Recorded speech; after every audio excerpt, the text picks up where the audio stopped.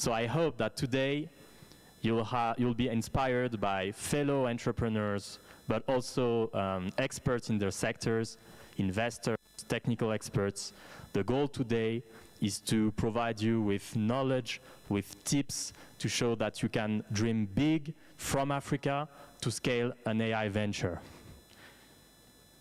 So what we will do today together is first acknowledge what some of us are doing with several pitch of brilliant minds, hardworking minds who are building AI ventures here. They'll come here on stage, they'll pitch what they are doing in 2 minutes. Then we'll be able to gather some tips, some knowledge from 3 technical experts who are here in this room. You'll be able to note down any question that you have, because we'll have a great Q&A session just after, and you'll have normally enough time to ask all your questions. So, without further ado, let's start with the spotlights. Today, we'll have 7 companies and persons come here to pitch, companies that are in AI, but also in the investment sector. So let's welcome on stage ToumAI. Naira, if you want to come with us.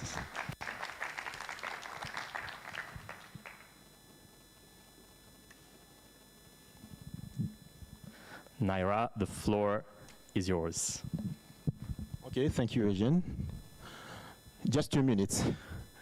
I have just 2 minutes to resume a work of 5 years, 5 long years. So ToumAI is a word in Chadian dialects, and that means hope of life. Hope of life, because what we want to do is just to give the possibility for everyone in Africa to be heard by the actual solutions and new technology in the domain of AI. So what we do exactly, we have two major platforms. The first one is called Holistics Agentic. So it's just a platform in which we can connect in a company. For example, let's say you have a company in the domain of telecom, and you have a lot of in-call conversation between the agent and your customers. So we are able to extract key information from this kind of conversation, and this conversation can be, for example, a customer who is not satisfied by the solution that provided by the company. So we can understand in real time the emotion of the customers. We can understand also the topics related to this emotion, and we can also give some recommendation related to that and what solution we could adopt in order to resolve the problem of the customer. We have also an insight platform in which you can just upload all the information in your company, and we'll have a lot of insights in that. And actually, we have raised 1 million in a C round, and we are working with a lot of venture across the world, and a lot of bigger companies. For example, we have Orange, we have a Tijarova Bank in Morocco, and Toyota in Japan. So we started in Africa. We started by just working in a small language model, in small speech technologies, and actually we deploying our solution in the whole world. Yeah. So this is basically our solution.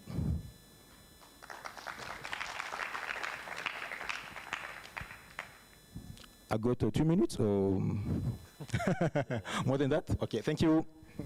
You're perfect. Thank you, Naira. If you have questions for Naira, write them down during the Q&A. You'll be able to interact all together. Who will be the next one? The next brilliant startup to pitch will be Umbaji. Umbaji. Here you go, Justin. Justin.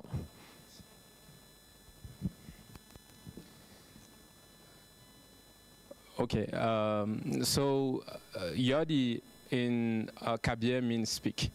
Imagine you're a pregnant woman in one of the furthest village of Togo, and then you need a doctor. You're on the point to give birth, but there's no one around you. With Yodi, you can WhatsApp get the nearest doctor located near you, and you can get access to emergency emergency services in your local language. So basically, we've been working along with a community of researchers in the University of Lomé and Kara, and we've been working in the past years and collecting specifically data set related to healthcare and finance to build use cases of how AI can a positive impact. So we've been able to work with international organizations, and locally speaking, we work with even the government and some other international partners. I think the numbers there speak by themselves, but we're really happy to be here today, and we open to collaborations. And if I can add one last thing, is that we've been able to work on 10 languages in our country, which is Togo, and really looking forward to using AI to have a positive impact in Togo and in Africa in general. Thank you.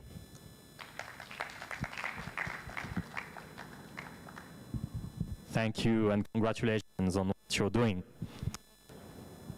Who will be the next? Take your bets.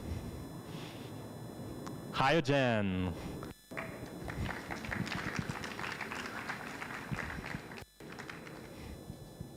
Welcome on stage. You have 2 minutes. Right, 2 minutes of 2 months of hard work. Great.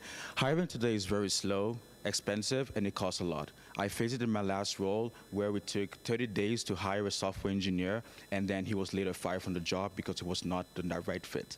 So we created HireGen. It's like ChatGPT. Enter your prompt, describe who you're looking for, and then we source, screen, interview, and automate the entire recruiting process for you with AI agents in under 24 hours. Why with the right team? Our co-founders, we're 3. Myself, I'm a 9-time startup founder and a business personnel as well, with 7 years in software engineering and 4 years in AI research. And my co-founder is an HR expert with over 20 years of experience. And we actually got 74 HR executives across Africa to use our platform. And we currently have a pipeline of $3.5 million in our pilot. And that is exactly what we're doing today. And we're expanding to East Africa as well. Thank you.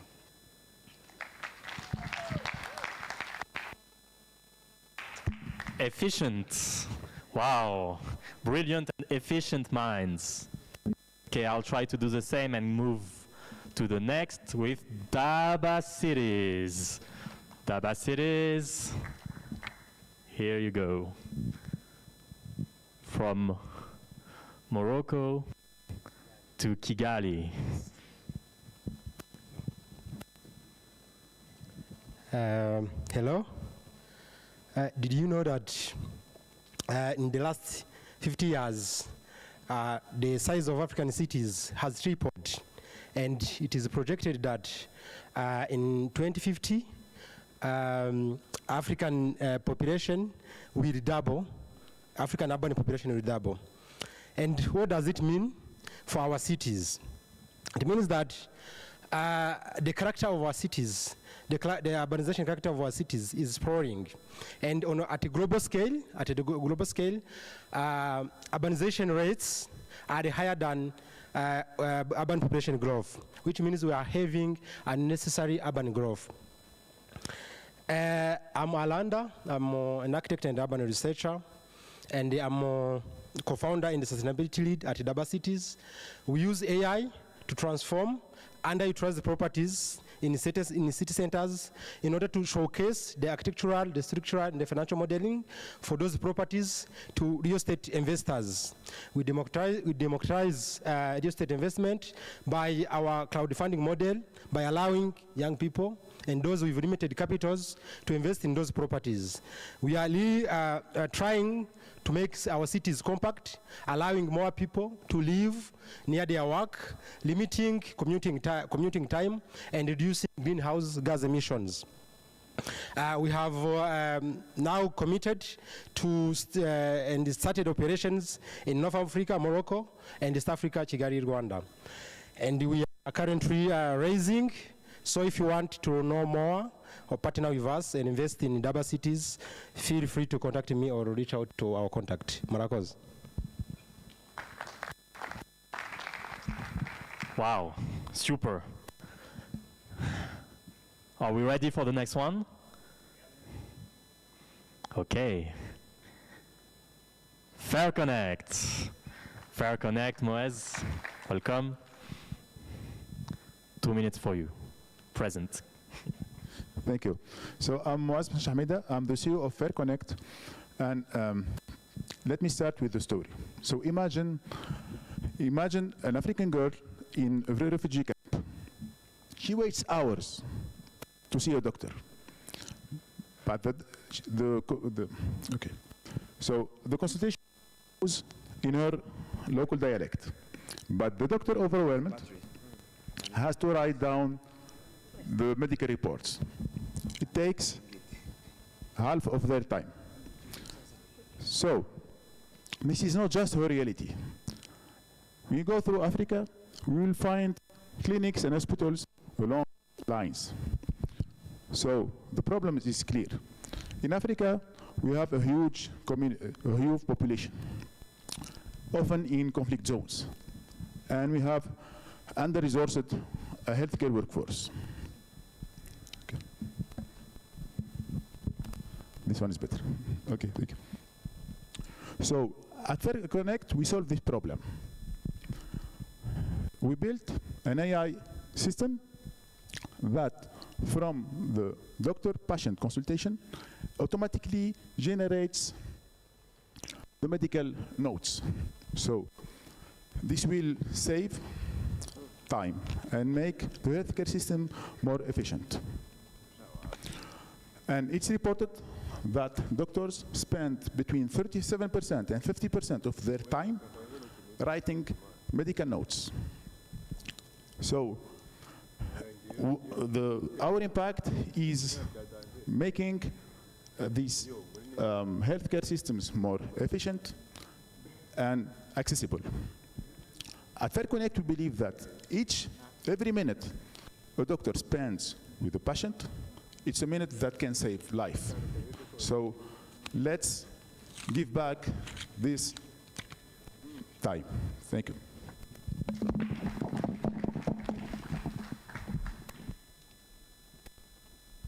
Thank you very much. AI is saving lives. Congratulations. Let's move to the next one.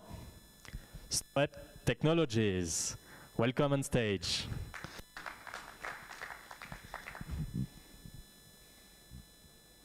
Two minutes for you.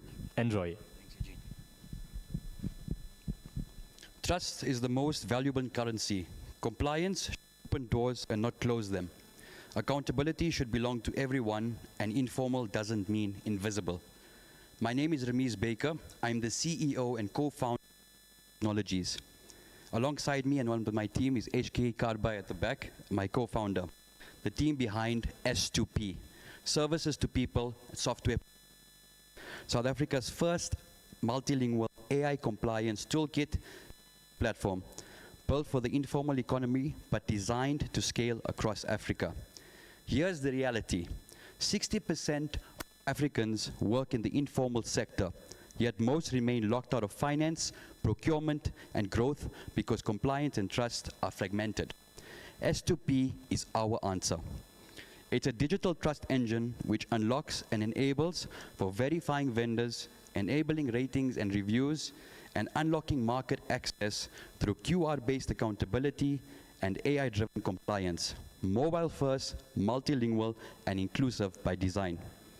To drive scale, we have acquired USFL, Usable Solutions for Life, a MarTech agency that has powered national campaigns like Take a Lot's Blue Dot sale, among other large-scale fulfillment projects. That backbone means we don't just design ecosystems, we are equipped to activate and deliver them at scale. Our vision is bigger than software.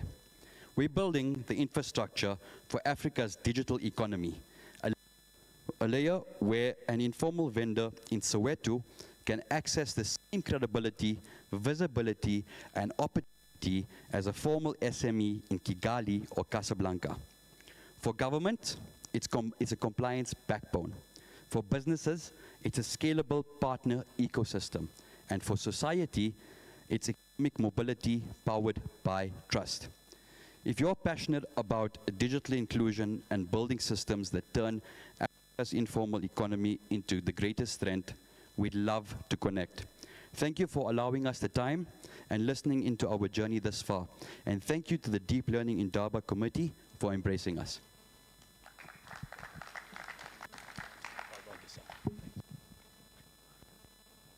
Nice. Huh. You can do M&A as startups as well, huh? Acquisitions. Do you want to ask some questions to the founders? Maybe we could take 3 questions before we move to the panel so that our panelists can warm up a little bit. Okay. Thank you. So we know that investors provide funds, but what other service can you provide? Like market access, some monitoring? It would be nice. Thank you. For this specific one, maybe let's wait for the panel because I think we'll address some of those. So let's keep it. But if some have 1 or 2 questions for the founders who just went on stage, 3, 2, So this question goes to the team from Umbaji. My question, you mentioned in your presentation that you work with researchers at the university who contribute and who help you out. If someone invests in your company, how do we know how much claim the university researchers who are not actually part of your company have over your company's IP, and how do you manage that? Thank you very much for your question. Well, actually, it's written in the contract. So that's actually why we're also interested into raising funds, because we're really grateful for these researchers that are willing to work with our startup, and then they also paid. And I was talking with some other startups that work in language models to try to understand the way they work. Because sometimes, for example, when you take a specific language, in our case, we worked on a language and there was only one university professor that had written a thesis on that language and that could help us build a model like with all the correct linguistics, etc. And then it was very expensive. Just to say that in the contract, it meant that all the work that they do for the company doesn't have to be considered as their property or something like that. So it's clearly stated. Okay. Okay, let's the timing. You first. Oh, okay. Thanks a lot to the founders and Linda for their presentations. So this is a question for the HireGen AI founder. So, I mean, you said you have been working on this for 2 months. And I've been checking your website and I've been seeing like a lot of progress. So how were you able to do a lot, like reach that level of progress in just 2 months? So do you have any advice for moving fast in a short time? Okay, so basically, I don't think there's any secret. It's just that we actually accidentally found this startup, because I was working on something and we had a problem and I just needed a tool that I can say, hey, I'm tired of this. I want to just prompt and get all of this done for me. And we validated this in literally 2 hours. I reached out to Mr. David, my co-founder, and I've known him for over a decade. And he was like, Jason, this is really revolutionary. My CTO, Gideon, he's also very good. We worked together for about 5 years or so. Then afterwards, we came together. I built the first prototype in, I think, 6 hours, because, I mean, I've done software for 7 years and AI research for typing, but the actual core software was done in 2 weeks by my CTO. And in terms of acquiring customers, David is really well known across the States, everywhere, and he put on his WhatsApp status, hey, building this thing just for fun, and we were oversubscribed. We had about 70 HR professionals globally reaching out to us. So that was, I think, just basically what happened, and it was in a matter of 3 weeks to a month, and we've been scaling rapidly ever since.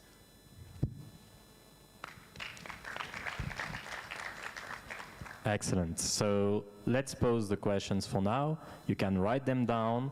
We'll have the panel, and you'll be able to ask questions to the panelists or to other persons in the room. We want this to be very interactive.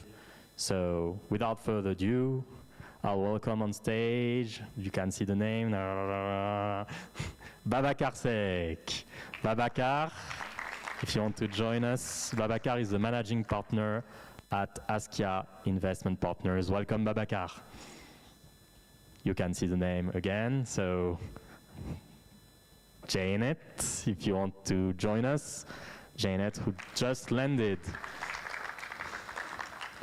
Janet is the founder, is a serial entrepreneur, founder and CEO of Terra Labs. Welcome, Janet. And Ulrich, if you want to join us, welcome on stage. Ulrich, who is very well known here at Deep Learning in Daba, co-director at Ames. Welcome. So we had the chance of getting some of your inputs. So we tried to design this panel to answer some of your questions. But I'd like to start with maybe a tough questions to our panelists, to our experts. AI is changing a lot our ecosystems. To be straightforward, what do you think, and this question is for all of you, would be the single biggest opportunity in the AI sector today for a founder? Hi, everyone.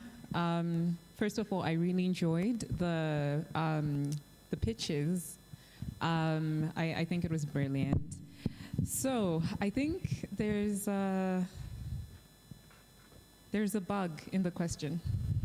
I think it's a really hard question because there's no fixed assumption about a specific industry vertical. But maybe from my experience, what I can say is where AI plays a huge role is anywhere where there's friction, right, in human-based processes. We've talked about, redundant processes. Someone calls you, for example, with Umbaji, the first guys. Oh, geez. I'm just butchering people's names. It was ToumAI. ToumAI, yes. For example, with ToumAI, I actually had a really bad experience with, actually several bad experiences with Kenya Airways. So you call, and then it's, hold on, and then the phone cuts because there's a fixed time. And that has a lot to do with, human error, process error. It's a lot of friction. If you want to redeem your points, for example, oh my goodness, it is a nightmare. So where the big opportunity is cutting that fat, cutting that friction, that process that comes with someone's tired, someone's probably just lazy, someone doesn't want to do something, or someone's not really good at it. AI can level out the playing field, reduce biases, improve efficiency. So I think that's it. Yeah, you really set us up with this question. You want me to go next? Hey, everyone. I had a conversation with someone who was a Technion grad on the beach in Tel Aviv 10 years ago, and my question, so he's a serial entrepreneur, my question to him was like, how would you do startups in Africa? And he said, if you think about starting a company in Africa, try and think about something that your ecosystem gives you an inherent advantage. So that what makes your ecosystem unique that someone in the US or in Europe doesn't have? It's a very interesting question. So I teach applied machine learning a couple of places, and we've had one startup graduate from the class that I teach, and the discussion was around crime in South Africa. Crime and policing, and the startup was all about tracking people through cameras because, in South Africa, crime is a real problem, but it's also a real opportunity. Then Peter Thiel wrote this book called Zero. Well, I didn't actually write it, someone else wrote it for him, called 0 to 1. And he says, what do you think is going to be true about the future that everyone disagrees with you on? And this is the opportunity I want to get to. So I've got two things. One is self-driving, which is not really fitting for the African ecosystem. But the one that I truly believe in is that universities will be obsolete in 10 years. I think that's the real opportunity for AI and innovation. And there are a few reasons. I'll give you my pitch, and I'll be happy if all of you disagree with me. So universities are expensive. Students graduate with a lot of student debt. Everything you learn at university, you can learn online for free. And AI could be a great enabler for mentoring in that sense.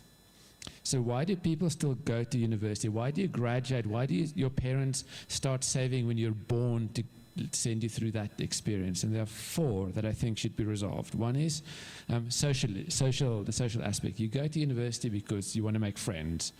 You go to university to network. You go to university because you're lazy. And so you need an external motivating factor to get you to classes. And you go to university because there's an authority that rubber stamps your knowledge. None of those reasons have anything to do with education. So I think, so I'm wondering what the the Uber and the Airbnb equivalent would be for the university ecosystem. So why Africa? Because in the US and Europe, you've got legacy institutions that are deeply rooted. You've got your Harvards and your old universities with buildings that you're never going to dislodge. In Africa, I mean, you can just innovate. In many places, university ecosystems aren't as mature, so it's really ripe for innovation. And I think that's what, like, if I were to invest, I'm looking for anything in the education system.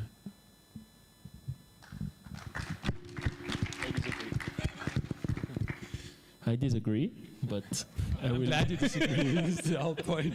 Perfect. That's one point for you. What I'm going to say is not revolutionary, so I'll keep it short.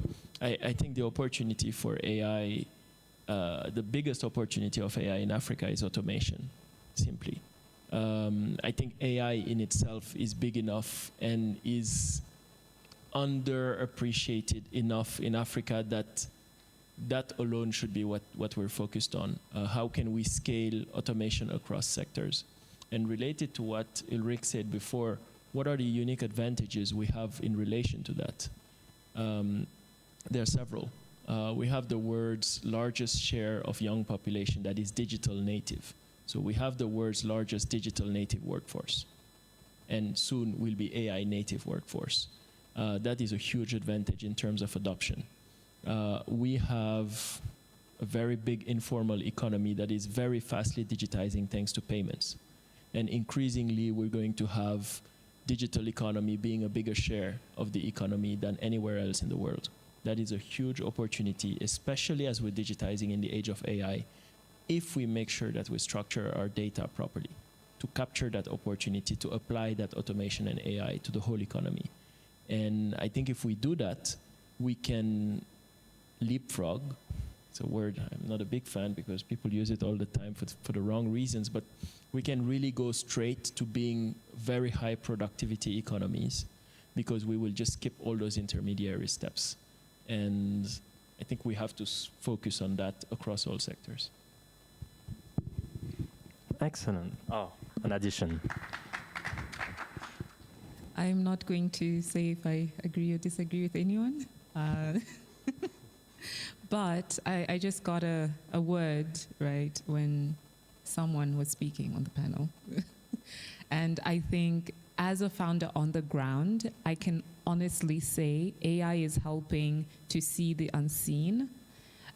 It's giving access to opportunities to people that would never be able to have access to those opportunities because it would have been very expensive to do that.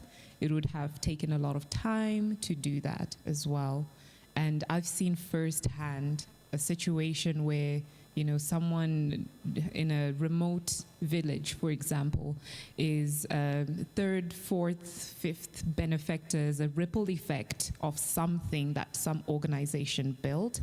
And now that person has an opportunity to get access to capital, to good healthcare. And now that person can even maybe make friends, right? So I think being able to see the unseen is, I think, more powerful than the first point I made. Amazing.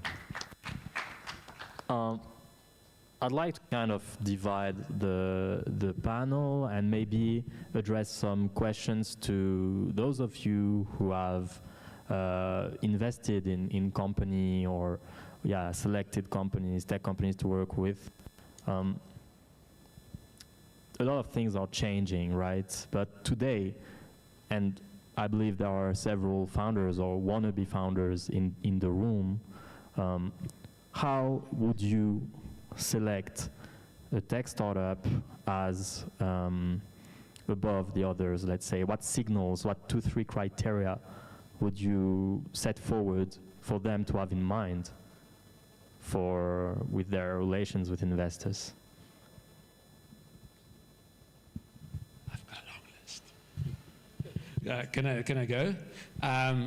So here are 8 things, 8 or 9. Diversity of your team. So you often see machine learning AI engineers start a company and then you hire 4 or 5 more copies of yourself. Mistake number 1, the startup that I was a part of 15 years ago failed because we had a whole suite of machine learning engineers that looked just like each other. I wouldn't say white and male, but exactly why. So diversity in teams, not 20 tech guys. Second one is the combination of idea and team is extremely important. I was approached by startups that try to solve 2 things at the same time: new chip design plus new algorithms that people had to adopt to run on their chips. Do you have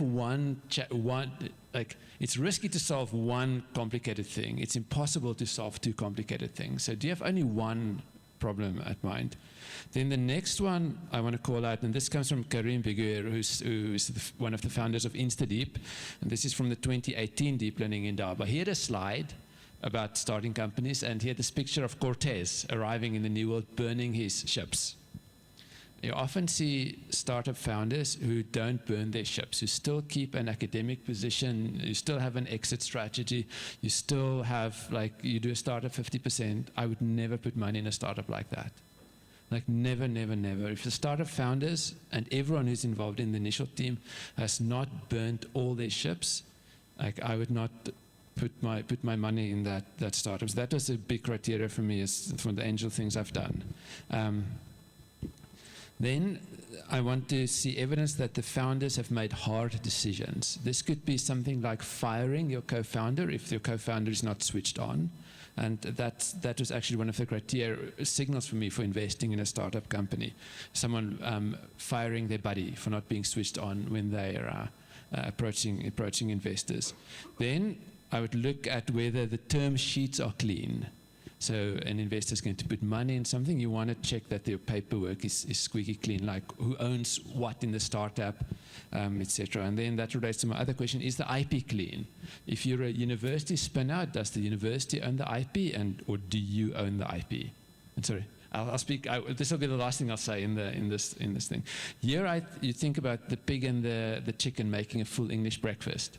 For IP and a startup founder, you're the pig. You're sacrificing your whole life for this English breakfast. A chicken comes along and lays an egg and moves on. So if you don't fully own the IP, if you're a tiny company, it doesn't matter. At the point of exiting and someone acquiring your company, it really matters. Then the last thing I want to ask is, for companies, what is your scaling law? So startup 1 I was a part of had a sublinear scaling law. For every new customer, we'd have to do a bespoke installation. Then you'd acquire another customer, and you'd even spend more money to just adapt your software. So it's your growth scaled linearly with your customers.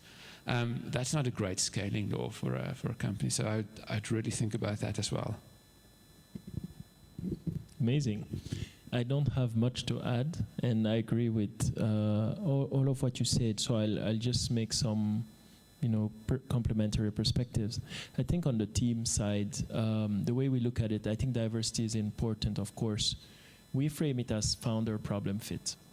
We try to understand first what is the specific problem you're trying to solve for whom, and what is specifically important for that customer or user. And that helps us to define, okay, these are the key success factors to solve this problem. And then we try to understand, do you have it in a team?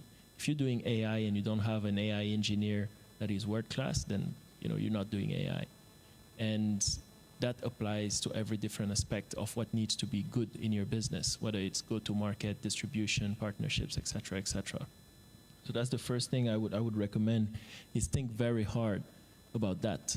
And together with that, one issue I see quite often is a weak problem definition. We want to solve, poor air, I don't know, air conditioning is too cold in Africa. Okay. Whatever. Whose problem is this? Who are you solving for? Who's going to pay for what you're making? And very often we get that with entrepreneurs who are more impact-minded. They think a lot about the change they want in the world, but a company has to have a customer that pays them. So what you need to focus is, who is the customer for whom this is a problem? And what kind of problem is it, and are they willing to pay? And this is super important, because if you don't have a good problem definition, you don't have a business, because that's the only thing that doesn't change in a startup. That's the thing around which you will evolve, and your market can change, your product can change, your team can change, your co-founders can change. The problem is supposed to stay the same. And two last things very briefly. A team that does not strive for excellence in everything they do is not a team that will build a generational business. You have to always be hungry for more and demonstrate it through actions. It's not about words. That's been said before, but that's really important. We assess actions. You can say, oh, I'm all in. And then, I send you a WhatsApp at 10 p.m. I hear 2 days later, I don't know what's the level of motivation there. Because if this is your life's calling, then you need to be all in. Interesting.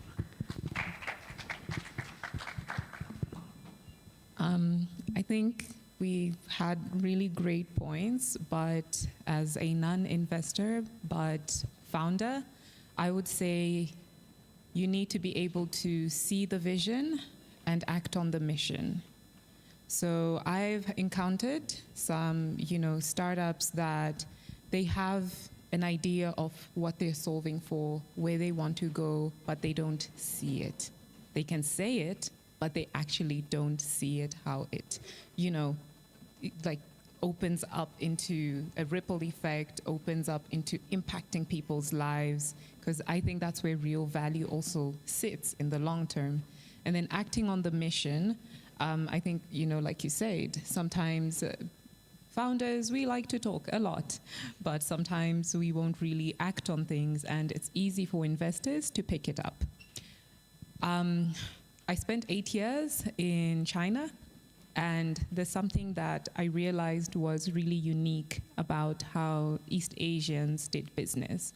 Everyone speaks the same language in a company that has maybe 1,000+ people. You've probably never met the CEO, but you maybe ask the janitor or something, or IE, what's the vision? What do we do here? Like a really simple statement, like, what do we do? They'll be able to answer it with the same level of precision as people at the C-suite level. And I think even from the investors that we engage, that speaks volumes of what you're doing than when you sort of go, the AC is cold. The AC is not cold enough. I think that was the problem statement you gave.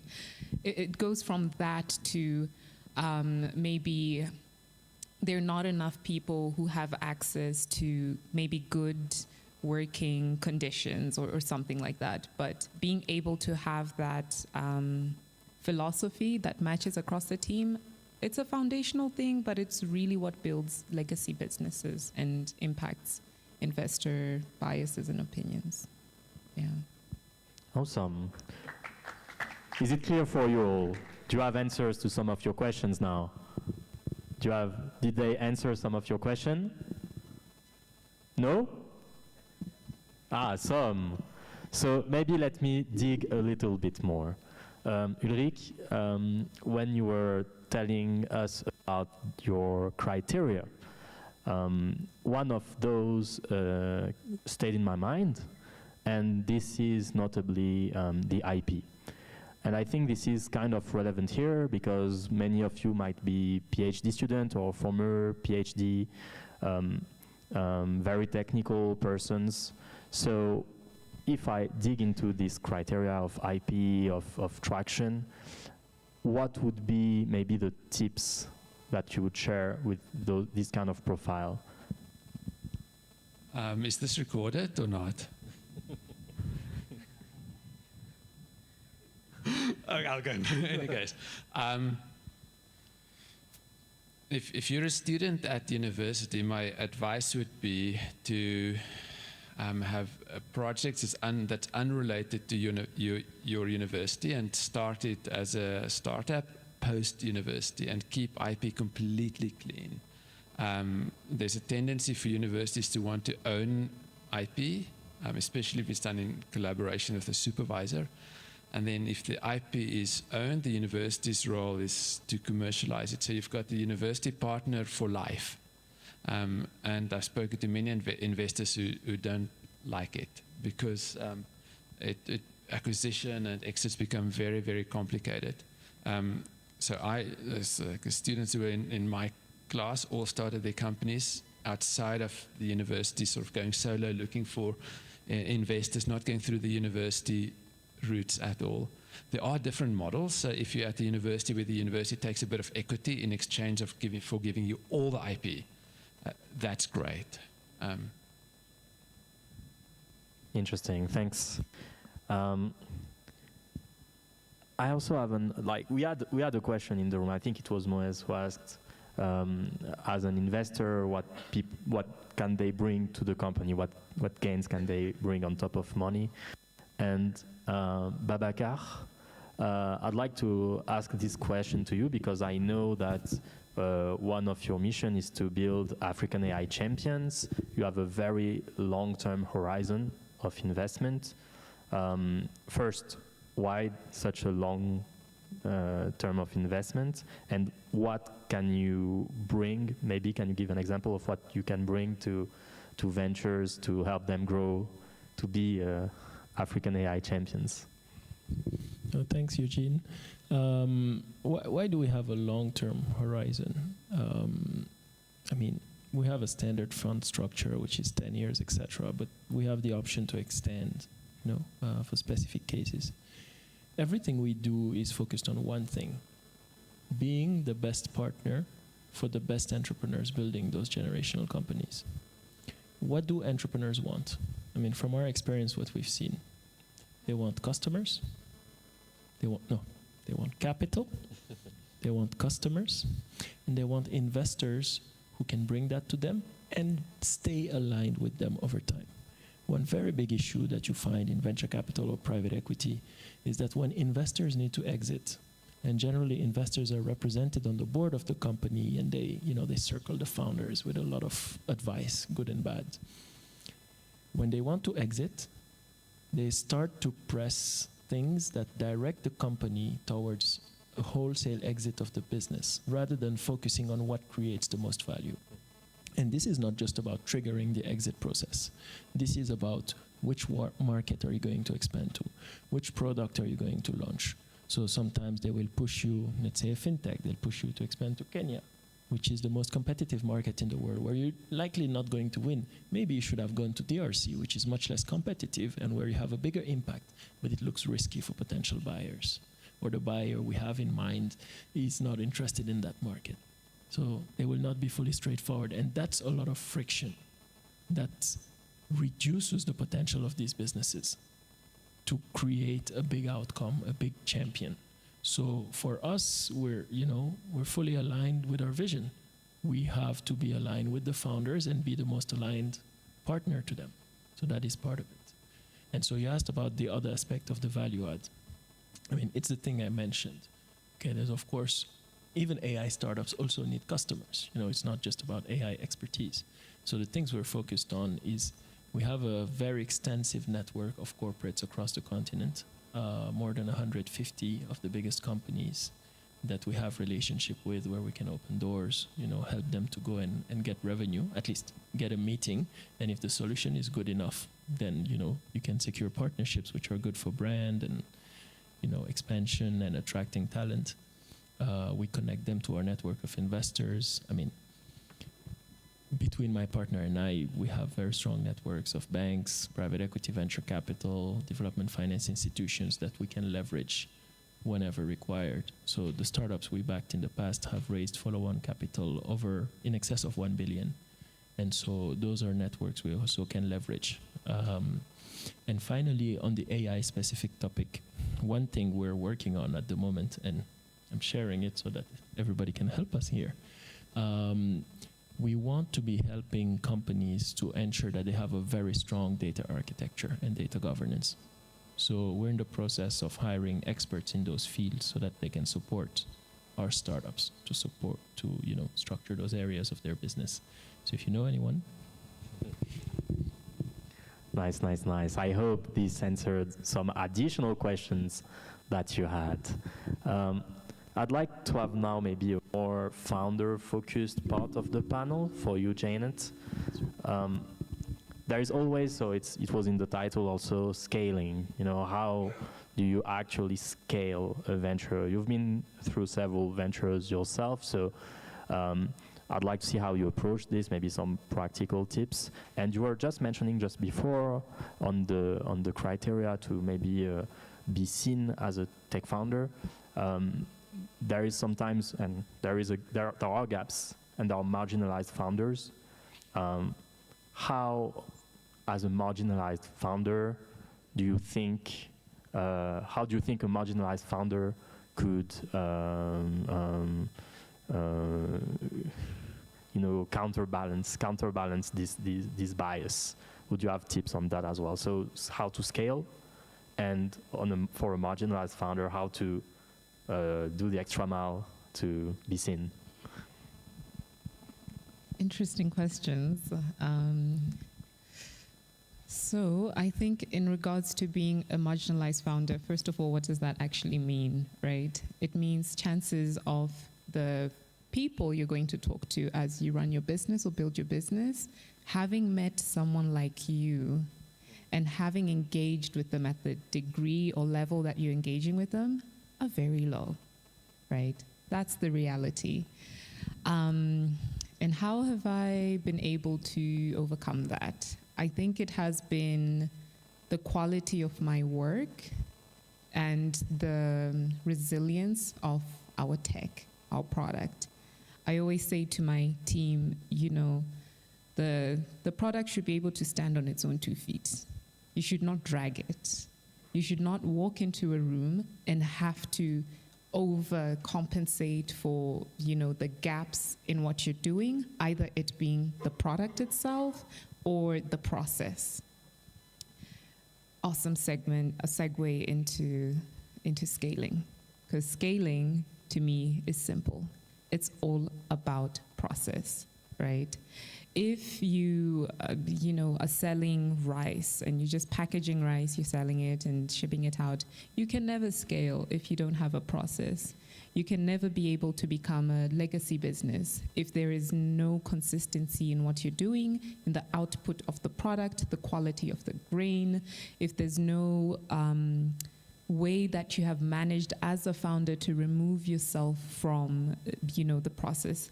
I can honestly say when I started out, I was an obsessive founder, and I would, own the entire pipeline. I would be the person you have to call. There would be a bottleneck, and it's not a one healthy way to do things. And 2, it makes it very difficult for people to be able to see your vision and then act on the mission if everything sits with you.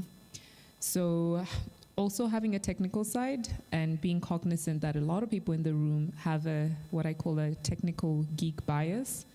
I would like to say to you that part of scaling is also letting go, really, besides just building a process. It's being able to look at within a day, when you look at your calendar, all the tasks that need to be done, which ones are attached to me, which ones have to do with me directly being there. I think my biggest flex now is I can do things like this and be stress-free and not worry about the product and not worry about what the team is doing, because now everyone sees the vision. Now everyone acts on the mission. It's not a me thing anymore. And I think in conclusion, back to the marginalized bit, I know I've kind of been back and forth between the two questions. I would also like to mention that being a marginalized founder is not really a bad thing. Sometimes it's looked at as, oh gosh, you need to prepare, you know, going in and nobody knows you and you need to prep them up. But I actually think it can be a superpower. You can shift the narrative. You can give yourself an opportunity to educate people. You can, you know, give yourself or your team or even your product a new angle that everybody else doesn't have, even if they're doing the same thing. What makes us really unique as human beings is the fact that we're all different, right? In South Africa, for example, 11 languages, and every day you meet a different person, but if you're able to shine through the uniqueness, then I think that's where the real gift becomes when you're marginalized founder. Thank you. Very, very interesting. We can applaud them, applaud her.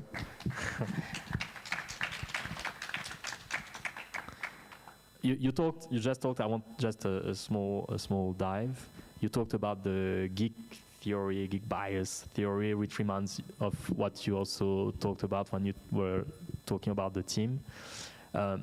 I want to do a small deep dive, and you can also get in after she answers, about how to create a great team, maintain a great team, and notably with this lens, you know, the lens of not having only technical persons inside.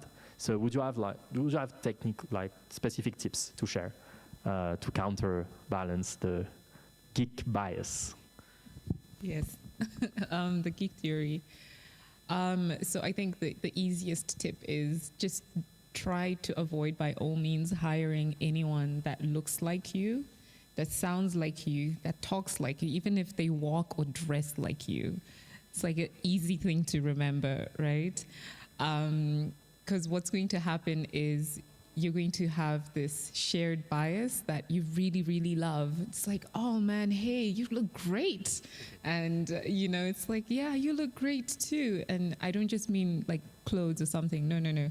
I mean, if you build something and you and I are very much alike, it would be easy for me to compliment you on your horrible code, to compliment you on, you know, all the horrible things, because I am just like that. So I started to intentionally, during interviews, ask people about things that had nothing to do with the product, nothing to do with the team, and try to see where would they, from a product, from a character, from, you know, any other pillars or legs of, you know, working with a team, that they would compliment me. You know, are you someone that slows down? For example, my issue is I am a little bit of a perfectionist. So my team points it out and they say, this is good enough. We can go to market with this. We don't need to obsess over it. You know, so yeah, I think the problem with us geeks is we aim for perfection and more, and just obsess, but we love to obsess in like little groups. Yeah. Was that a tip? Yes. So you're all at Daba and you're technically great. You can run Linux servers, you can code AI, you can do things. That does not mean you have to do every technical thing in the company. I've seen companies fail, including companies that I was very close to a part of, because everyone who's technical wanted to do every technical work to save $50 because you don't want to outsource something that's not your core expertise. So I think that's also part of a team, like actually realizing what your core expertise is technically, and what technical stuff you can just pay money for someone else to do, that you could that you could focus on what you really have to focus on. Nice. Thank you very much. Maybe one, Babacar, you've invested in a few companies, you've been in boards. What would you say are the best tips for a founder to scale and maintain their top talents? Do you have any to share? What do you mean by scale? To attract more? Exactly, Okay. employer brand and... I think depends the kind of people you're hiring, right? On a scale of 0 to 10, if you're hiring 10s or 11s, those are people who always need to grow. And I mean, those are the people you need to hire. People who are better than you. That's the start. They need to be way better than you at what they do and constantly challenging you to become better. Because otherwise your company doesn't scale if you're the ceiling. So that's the first thing. Second, those people, they're always hungry. They always want more. They always want to grow. They always want to learn. And so it's very important to keep a company culture, as in, you know, how you operate, what people do, what people don't do, what you reward, what you don't reward, that is dynamic, that enables for those people to thrive. And so that requires also, you know, as the founders, to, you know, give people the space that they need to explore and develop, all the while, you know, making sure that everybody's working towards the mission, like you shared earlier. So the only way to retain those people, I mean, it's not going to be money. They need to feel that they're always growing and being challenged. That's my experience. Thank you. We can close him. I want to let some room for the Q&A, so I'll go through one last question for each of you.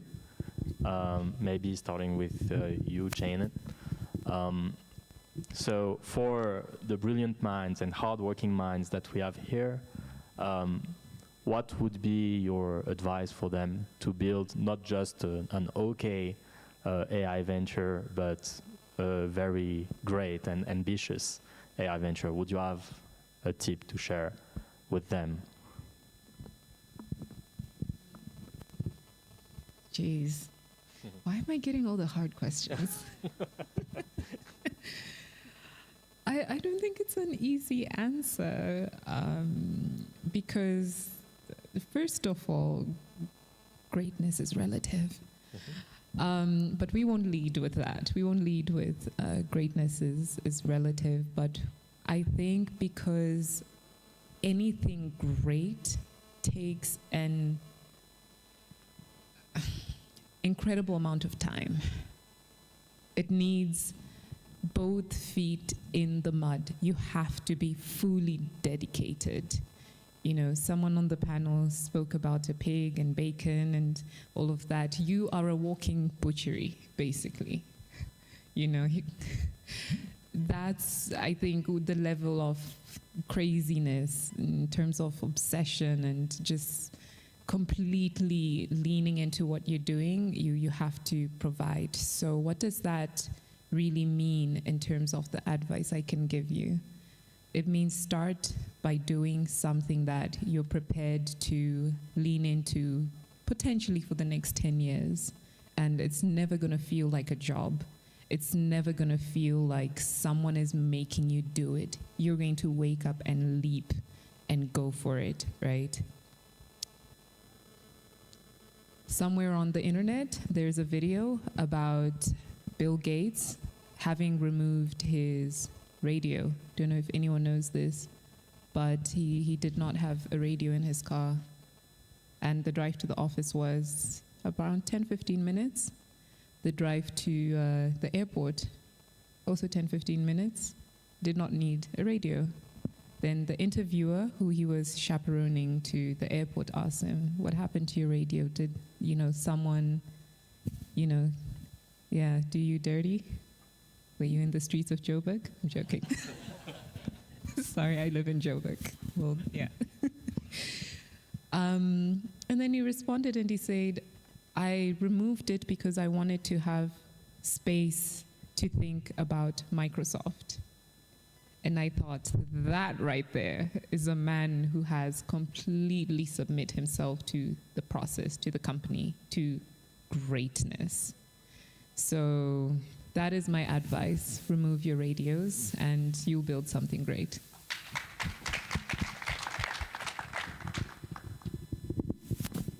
Same question. So, yeah, you all have the same question. You're all treated equally here.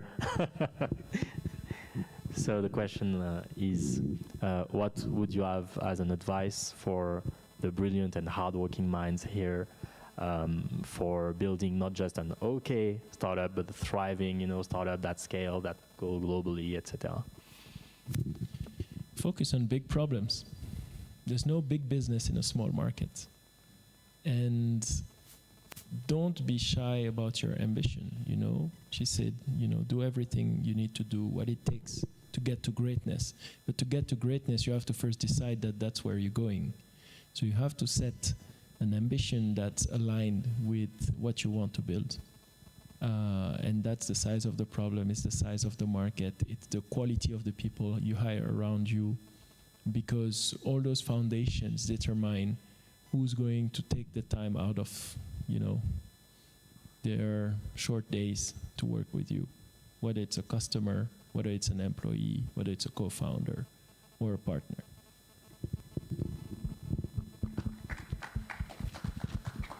I'll maybe say something orthogonal. I think it's really important to build a team of people who can solve problems and who could disassociate themselves from stuff they already know. I'll give you a few examples.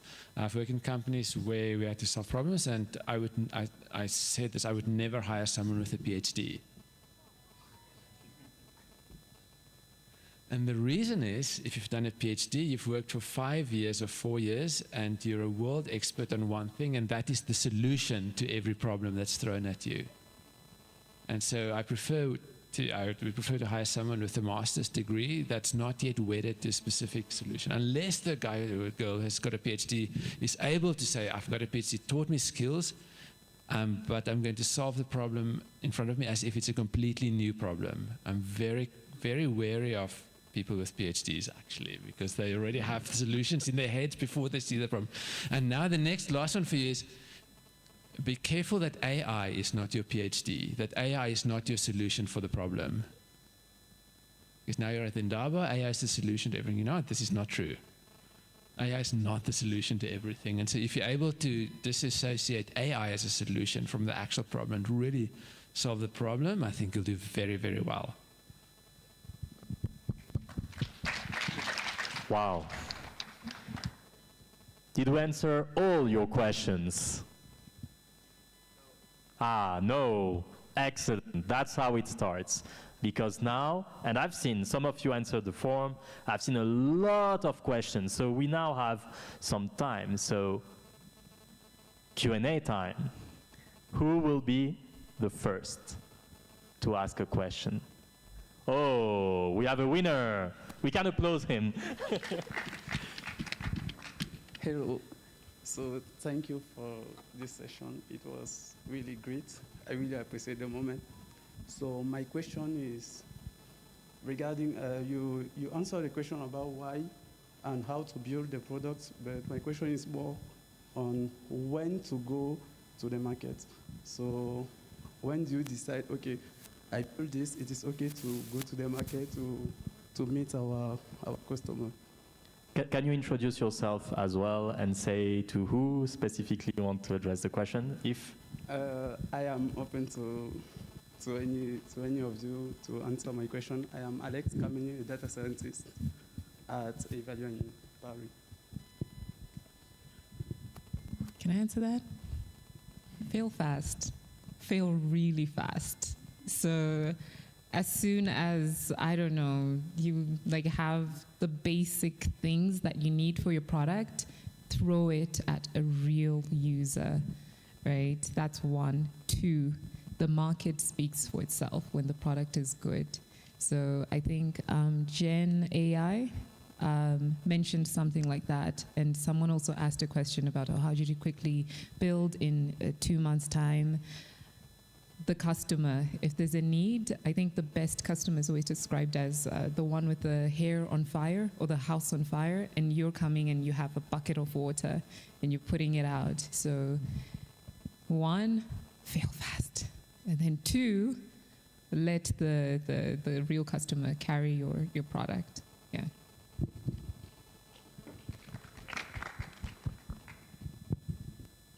I could add, there's a nice book, which I've never read, but I've read the summary a million times over and I preach it. It's called The Lean Startup.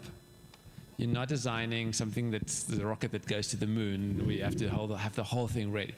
Like, the quicker you can connect your product to the customers, the quicker you can get direct feedback and realize whether it's working or not working.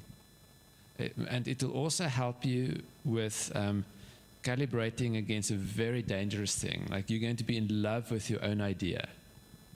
And it's not, your idea is not going to work, but because it's your idea, you're going to spend another month to prove that it's going to work. And it's like it's not going to work. It's just like research. And then you're going to invest in and having the maturity to pull the plug and say, this idea really is not going anywhere. Like, hitting customers quickly would give you that reality check.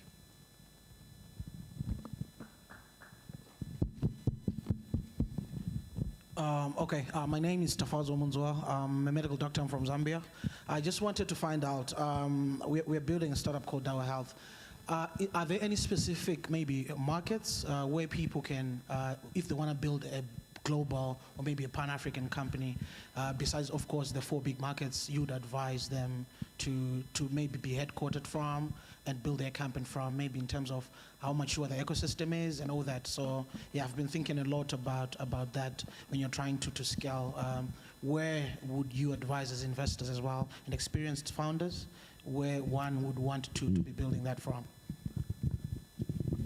Yeah, I'll try. Like I said before, there's no big business in a small market.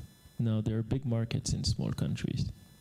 So you have to think about that specifically. You know, there are certain countries in Africa, if we take the agri space, where agri is really a very dynamic sector that also may be open to innovation. There are other markets where it's not the case.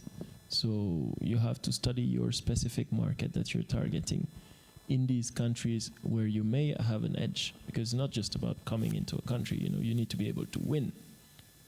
And so that's what I would look at first. Can I add a question to you on the back of that? How would you set up a company? Because we know a number of African startups would incorporate in Delaware in the US. Would you do that? Would you incorporate locally? As an investor, what's the right structure? I think if you were to start a company in Malawi. It depends when you want to raise money and from whom you're raising money. If you're raising money from American investors, which we don't find many these days in Africa, you need to be incorporated in Delaware.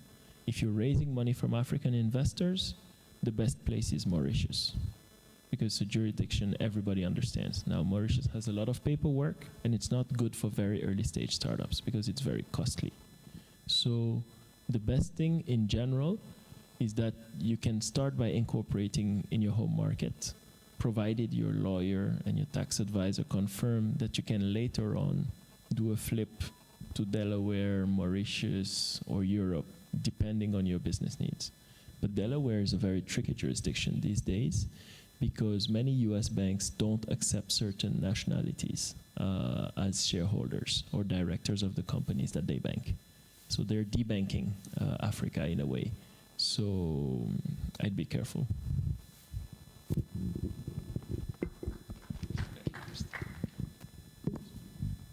I really liked what Rich said about not hiring people with PhDs.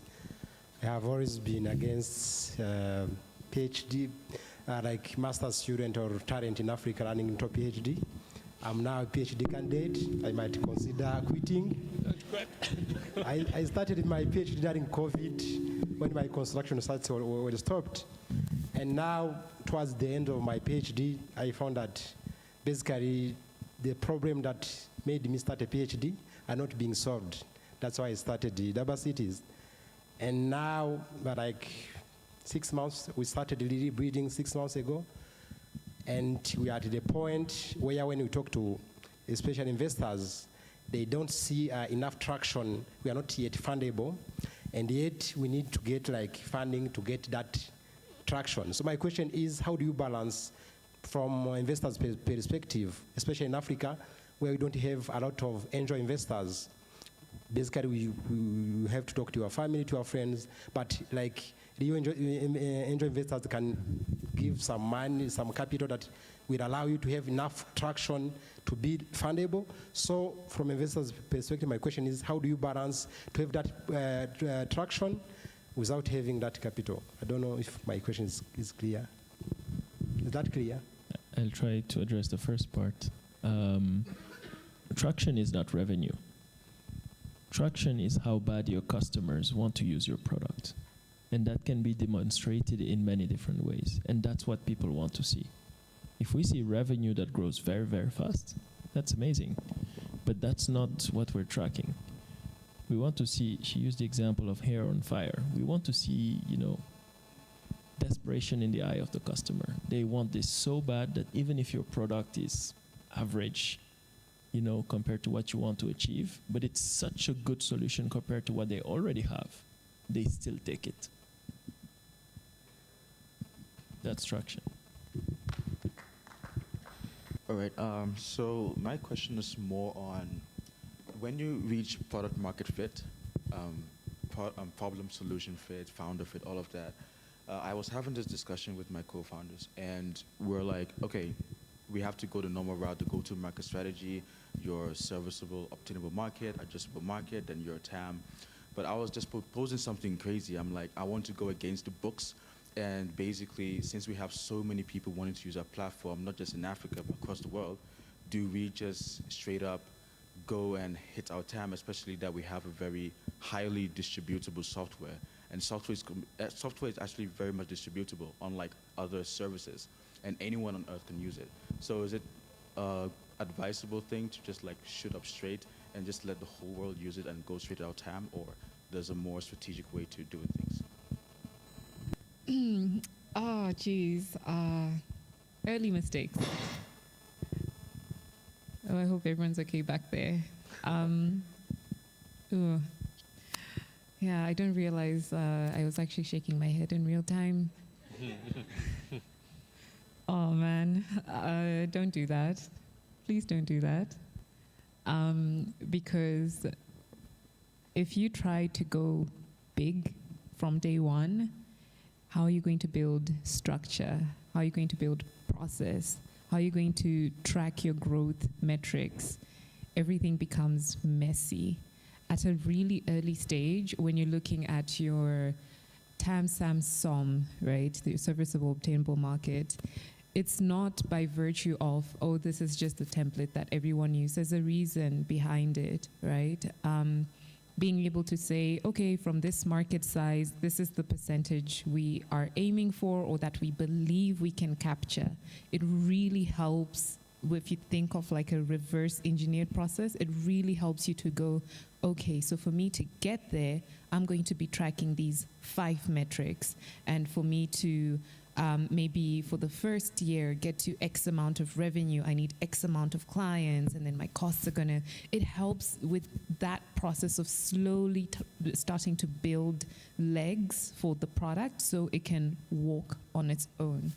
Because when you have maybe a TAM of like 500 million and you're like, oh wow, in 2 months we have had thousands or even hundreds of millions of people who want to use this thing, let's just shoot.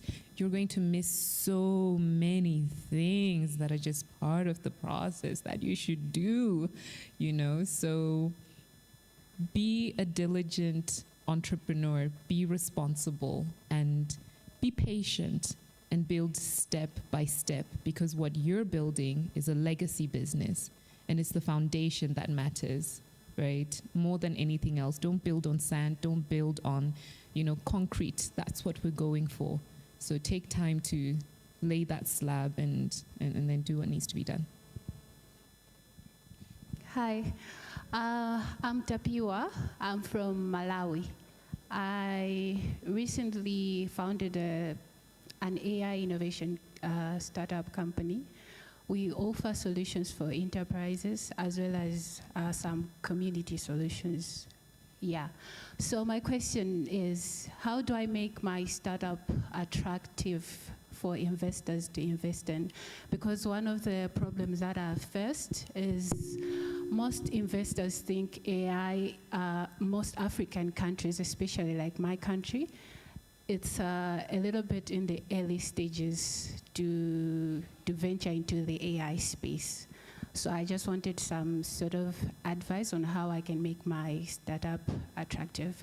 On another note, I wanted also for you to highlight, in your experience, what kind of business models have you noticed work for early startups like mine? Especially that we're dealing with low resources when it comes to things like infrastructure as well as data. Thank you. I think this is a fantastic question for Babacar. I just wanted the opportunity to do that. But before I hand over the mic, I had a comment. So by the way, I'm Malawian Zimbabwean for anyone in the room. And you mentioned something earlier. I'm taking your job. You mentioned something earlier about scalability and having, when you're going to each customer, you don't have to have a bespoke process. That is the first thing I heard when you were asking your question, that it sounds like you're doing something similar, like a consultancy, innovation house. My advice is have a consistent process that will allow you to scale. But Babacar, this is your moment. I don't know if it's my moment, but I think, yeah, consistent process. But even beyond that, as much as you can, think about what you do as a product, not a service, because service doesn't scale. Service requires human time, and humans mostly don't scale. And so the more you can productize your solution, make it off the shelf, the more you'll be able to scale.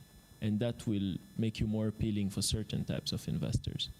Now, I mean, raising money is hard, regardless of the market, regardless of what you're raising for. So my recommendation is, when, as much as possible, try to find these friendly investors who will give you real feedback. Now, of course, there's good and bad feedback. Be careful. Most feedback by investors is bad. And that applies to us in this panel, okay? So you have to take feedback from the people who know about what they're talking about. So it's like you don't ask about, I don't know, clothes to your carpenter, right? But take that feedback, understand why they said no, because you might think they said no for a reason and it's actually for something else. And those people can be your allies if you think you're looking for investors like them to guide you in the direction where you'll increase your chances of success. Can I add something about productizing what you're doing? Startup one that I was part of was a computer vision startup, and it was image recognition before the deep learning era. And we thought we would build a platform and productize it. So we had customer number one who had a Linux backend. So we would re-engineer everything to run on Linux. I would travel to Berlin, install, and spend a week there just doing a lot of engineering. Then it's like, great, we've got a product. Then we meet customer two, Windows backend, completely different data. So you spend exactly the same amount of time re-engineering everything you've done to run on a Windows backend. And then you think, okay, now I've won. Next customer, image library in New York.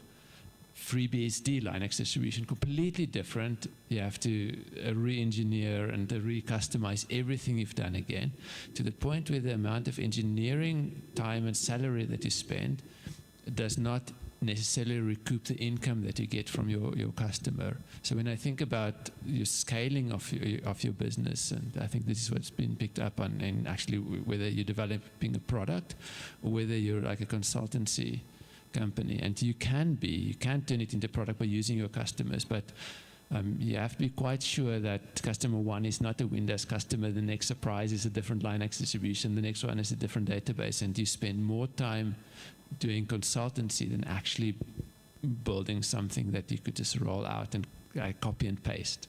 The ideal model is we've got a product and you just flick a switch and it's rolled out to the next customer in software, like more like a platform.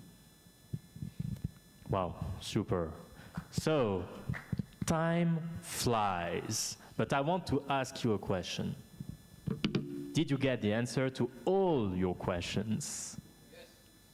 Oh, it's small yes. Do you have all the tips, all the keys to go back home and build a big AI ventures back there? Do you have all the tips? Ah, not so clear. So let's do that. Let's take 2 more questions before we close up. So I see one here, and I think there were one here, so that's the 2 last. Hello, my name is Daba. I'm from the Gambia. My question is, like, there are a lot of AI ideas around, but having too many AI ideas or giving too many AI ideas, how do you efficiently, select the most impact and most demand for your business or community? Are you talking about ideas within your business or ideas of business that you want to launch? I mean, there's a simple test. Take all those ideas. Which idea are you ready to quit everything you have to do it for the next 15 years? If you don't have that level of conviction about one opportunity, then you should not start. And that's a very high bar, so it will help you a lot. And generally, what I've seen, it doesn't apply always. There are some, there's a big debate about this between investors, like, do we think the most successful founders are missionary founders who are trying to fulfill a mission, or mercenary founders who are just trying to make money? The reality, what matters is your level of obsession with the idea. It's none of the two. How obsessed are you about something? So generally, it will relate to something you care about. Now, if you only care about money, you will focus on the idea that potentially can make the most money. If you care about a problem, then you will focus on the problem that speaks most to you. What do you do in your free time? Well, how do you spend your time? Simply. That can give you an indication already of what you're interested in. So second startup, I was in exited Apple acquired the startup. It's an AI startup, and one of my best friends was founder and CEO of the startup, and he's now doing another startup. And after this Apple acquisition and things that happened around it, he said for his next startup he's going to do the following. Employee number 20 would be his first machine learning hire. And the reason is that, like you mentioned, there are all these AI ideas. I bet you're looking to start an AI company. He's thinking of making employee number 20 his first AI hire, was to force him to think about actually solving a problem, and AI just being a tool, but maybe it's not a tool. So yeah, of course, like AI hire number 5 for him was an AI research engineer. But I think that's flipping switching about think about AI companies or thinking about solving problems is quite helpful. And then for you as an AI expert, being mature enough to step away and say, AI is not the solution to the problem that I'm going to address.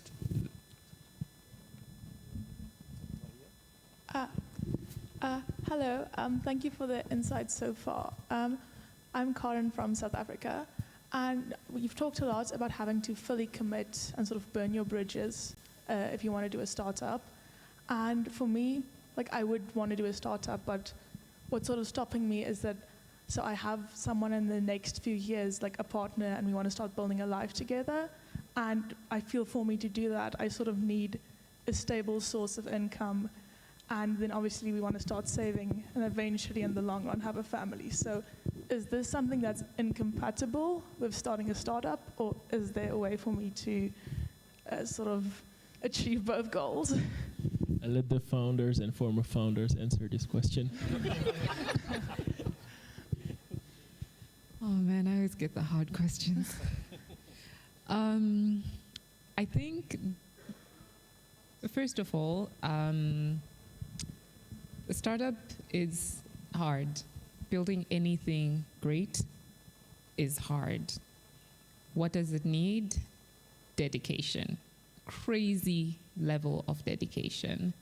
The best life advice I can probably give, taking notes from my own life, is, me and these references, something that Jack Ma said about how to live life, that you should live it in phases. Your 20s, I think he said you should explore, try everything, fail fast, lean into things that scare you.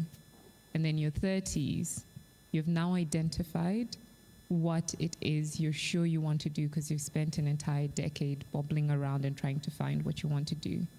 And then your 40s, scale and potentially exit, right? I think you can do that relatively fast now because of the tech.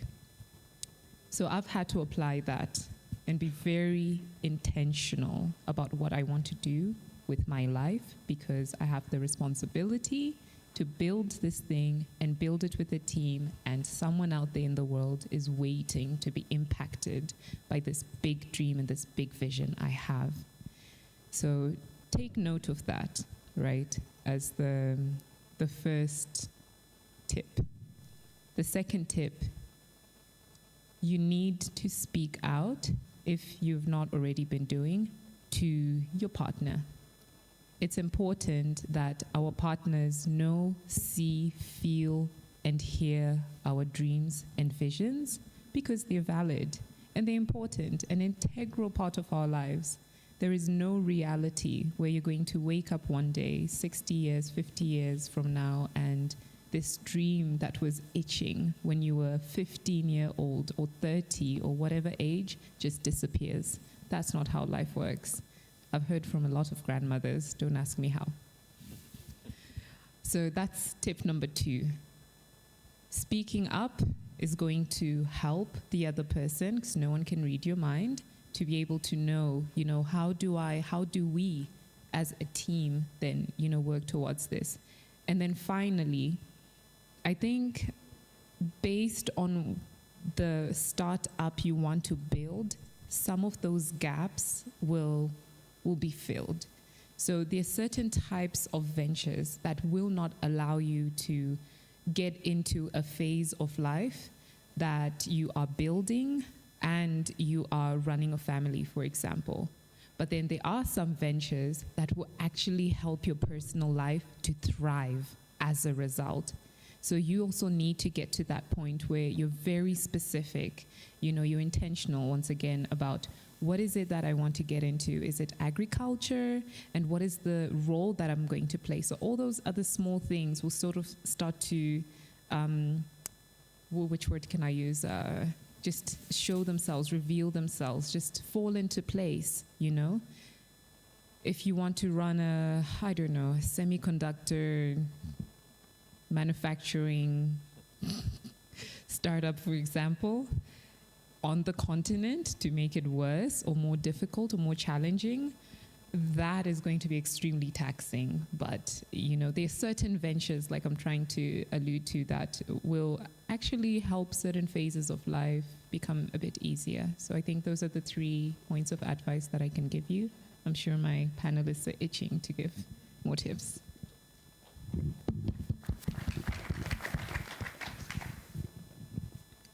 One good test for yourself is, will you be unhappy if you don't do your startup? I've been connected to 3 startups, and none of them were flash in the pan. So, Andrea Bomer, who is from Knife Capital, her advice would be never take risks. Take calculated risks. And it means that you burn your ships only once you've arrived in the new world, not before you started sailing. And the startup that I'm an angel investor in, this is a team that for about 4 years spoke about starting a company, and you'd meet them at a conference so again, this is the conversation. And then the grouping of people that were around this idea of starting a company, the grouping of people changed, the ideas changed. So there's a lot of incubation and testing that happens on someone else's salary, because it's like conversations that you have with friends before you get to the point where it's like, okay, now I'm going to jump in.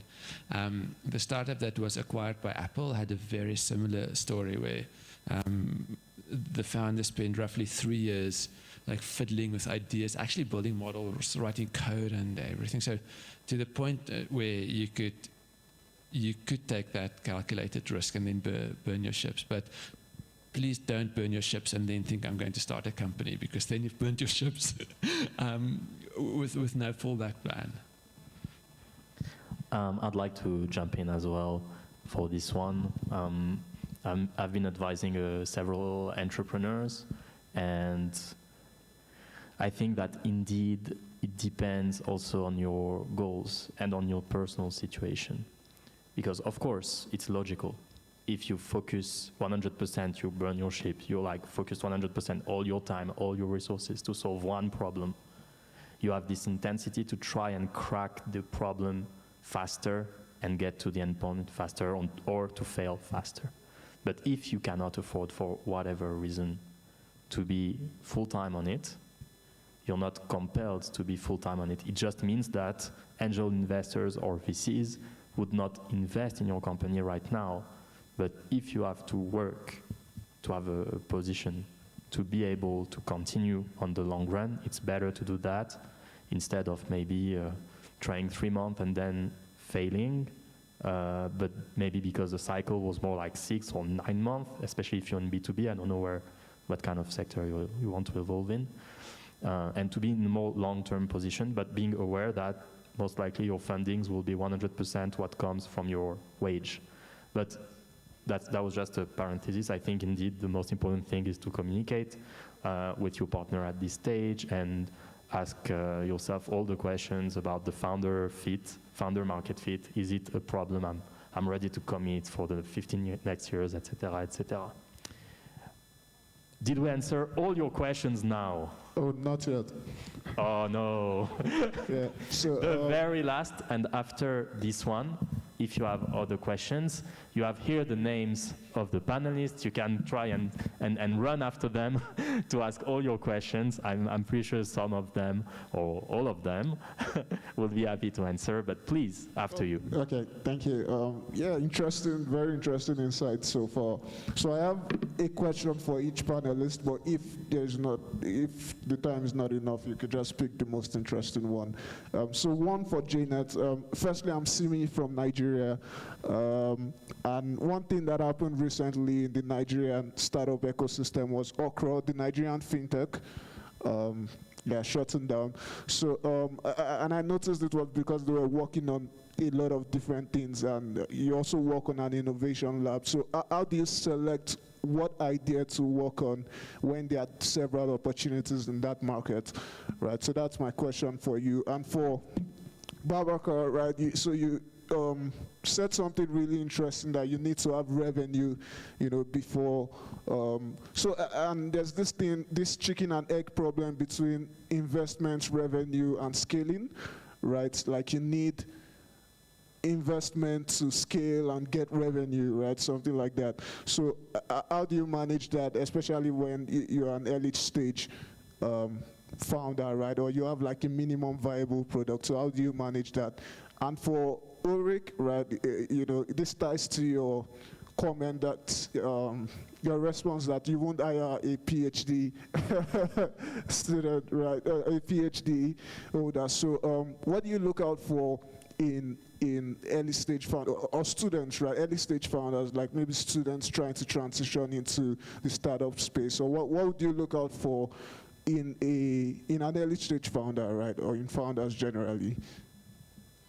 I actually think this is the first nice question I've received, or easy question. And the reason I say that is because my startup journey in Africa specifically, right, for context, I started off as a mechanic a really long time ago.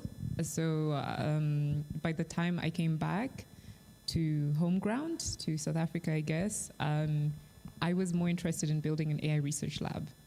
And I realized very quickly hardware is hard, and don't do it. Like really don't do it. And what helped us, or what helped my team and I almost pivot from that and focus on something that was scalable than a research lab, was we built a platform called XVision. And we were basically transforming CCTV footage into data insights for large-scale operations. And we also realized that was really hard. Why? Because every installation was unique. Because the systems were unique. Yeah, real stuff. Sorry. And then finally, with my current focus or full-time commitment, Pentapay, we were trying to solve a problem that was ours. And then within the first week, before the end of 7 days, we had 800 plus signups or 800 plus individuals that had said, if you build this, I will pay you whatever you're going to charge and I will use it. So back to your question, now that you have context about my different ventures, which seemingly sometimes do seem as if I'm doing multiple things at the same time. I'm really not. I'm not Superwoman. It has been a process to get to that thing, and the amount of experience that I've been able to gain from the lab, from X-Vision, is going to benefit and is currently benefiting the AI fintech at the moment. So sometimes it's not a straight line. It's not, do they call it the yellow brick road that Dorothy used? No? No one knows Wizard of Oz? Okay. So sometimes it's really not, you're just going to start this thing and then build a great venture, get capital, and it goes. For some founders, right, it becomes you start something, you're selling bread using a robot, then you realize you actually don't care about the bread situation. The robot is so fantastic and be used for like city surveillance. Then you realize, oh wow, the robot, scrap it to the side. It's the software in the robot that's actually magic. So sometimes it's like that and you need to embrace that process. But there are also two scenarios where through that process of those ventures, sometimes you need to let some ventures just die. Like just completely die. You're too early, you're not for this market, you're not for me, leave it for another founder. And then there's also situations where you can collaborate with other people that want to solve those problems and allow them to dedicate themselves to those problems, and then you get some kind of percentage. The latter is what I've been able to do. So I have been able to find people that want to solve those initial problems or build those initial businesses, and now I just focus on the one where I am currently presently at. Yeah, I hope that answers your question.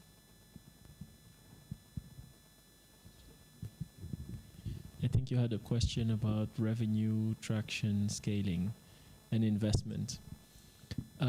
The best founders solve problems not with money, but with creativity. And the lack of money makes people more creative. So if you don't have capital, if you struggle to raise, find something else. Find another way of, getting your traction. And I'll give one example. You're from Nigeria, right? There was this Nigerian startups in the payment space, in merchant payments. So they enabled small businesses to get paid. One challenge for companies in that space is that those payments are made with point-of-sale terminals. So it's a physical object on which you pay with your card. Now, that creates a big problem, is that you have to buy that equipment as a company to then provide it to your final client. And so that means that the more you scale, the more you have to buy them. But they were not able to raise enough capital, and they also did not want to be diluted so much for buying those terminals. And so there are two companies, actually. The first one found a very smart solution. They did a deal with the banks that they were working with so that the bank funded the POS terminals. And they got paid back by taking a higher percentage of the commission that the startup was making on every payment. So they fixed this problem in a very smart way. They were the only ones in the market to do that. Another one of the companies in the market that had the same challenge solved it differently. They said, oh, these terminals are expensive, $120, $150 for these small shops. I don't want to be spending so much money. So they went back to China to find who really made these products. So they went up the value chain, because often, you buy from someone, he's not the final guy. It's just somebody there, an intermediary. They went to find the factory that made it for even the other factories that added the external packaging. They divided the price by 2.5. Again, they didn't solve it with money. Their competitor, which is very well known, which is Opay, raised hundreds and hundreds of millions of dollars. Yet those guys are still dominating the market today. So don't try to solve problem with money. Always try to find out, and in these examples, first go to the source and know your market better than anyone else. Or alternatively, try to understand the incentives in your value chain and where you're positioned. Who benefits from you being more successful? The first example I gave understood that the banks were set to benefit because they struggled themselves to deploy POS terminals. And so they found a way to create an incentive for the banks to help them to grow.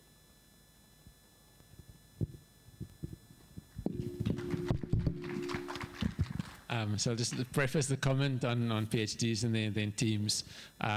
You find students that have done a PhD in multi-arm bandits, and they want to just pick a random example, and they want to do a multi-arm bandit startup because that's his specialty. So that's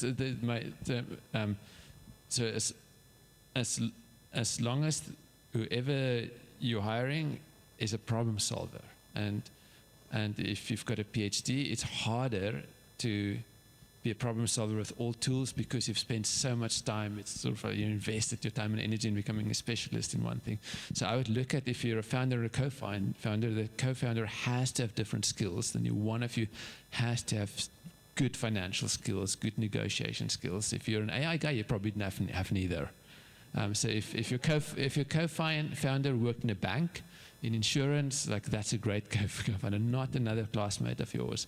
And then lastly, I just want to share an experience that I had at Ames. When I joined Ames as director, I spoke to the students my very first day there, and there was a thought that was going through my head as the students interacted with me. And the thought was really weird, and it's quite biased, and my wife and I spoke about this thought many, many times. It was this: I stood in front of the class and I thought, after Ames, I'm probably doing a startup, and I'm going to hire you, not you, not you, you, and not you. Within 5 minutes, I thought this reveals many biases, personal biases, but there was something to be said about students being actively engaged and interested and switched on, and these things, this idea of being interested in the world and being switched on and really engaged. This shows, and I don't know if you want to speak about pitching, but how very quickly an investor or someone could pick up on your engaged attitude. So maybe like my wife and I spoke about this experience maybe too many times, but literally within 5 minutes of speaking to the students at Ames, not ever having spoken to a student in person before, I knew which 5 students from the audience I would have hired as a startup, in a startup. Not even wanting to do a startup. Yeah. Awesome. So I think we exploded the time now.